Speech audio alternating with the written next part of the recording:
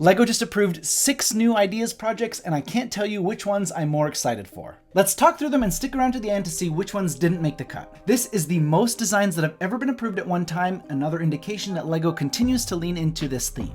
Go-Go Power Rangers Megazord by Truman Bricks is tied for my top pick, and I know from past videos about it, y'all want this as a set.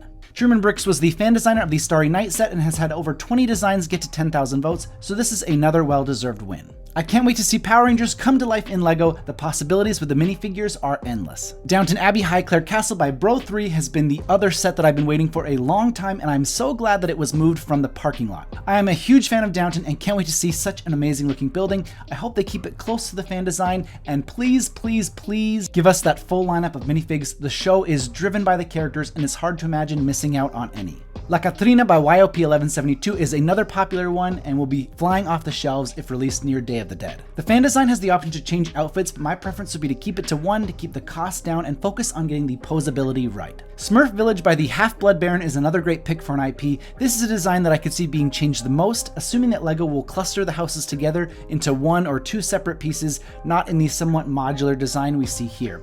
I'd love to see some more variation in the houses and the landscape.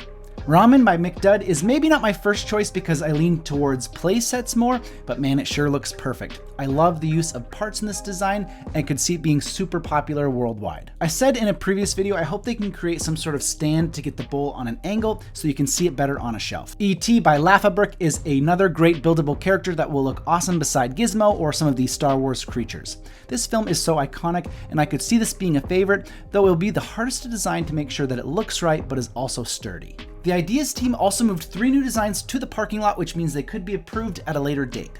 Golden Girls, The Old Man and the Sea based on the Hemingway novel, and the most surprising one is the Daft Punk concert. I'll make a follow-up video talking about everything currently in the parking lot soon. Unfortunately, that means that 49 sets were not approved. Some of these standouts for me were Mary Poppins, Phineas and Ferb, and the Medieval Knight model. All of these can be resubmitted if the designer chooses to, and will need to get 10,000 votes again. If you couldn't tell, LEGO has really been leaning into the adult nostalgia factor, and I am so here for it. This is one of my favorite approval rounds and will join a great lineup of sets over the next 2 years. Which design are you most excited for? Let me know in the comments.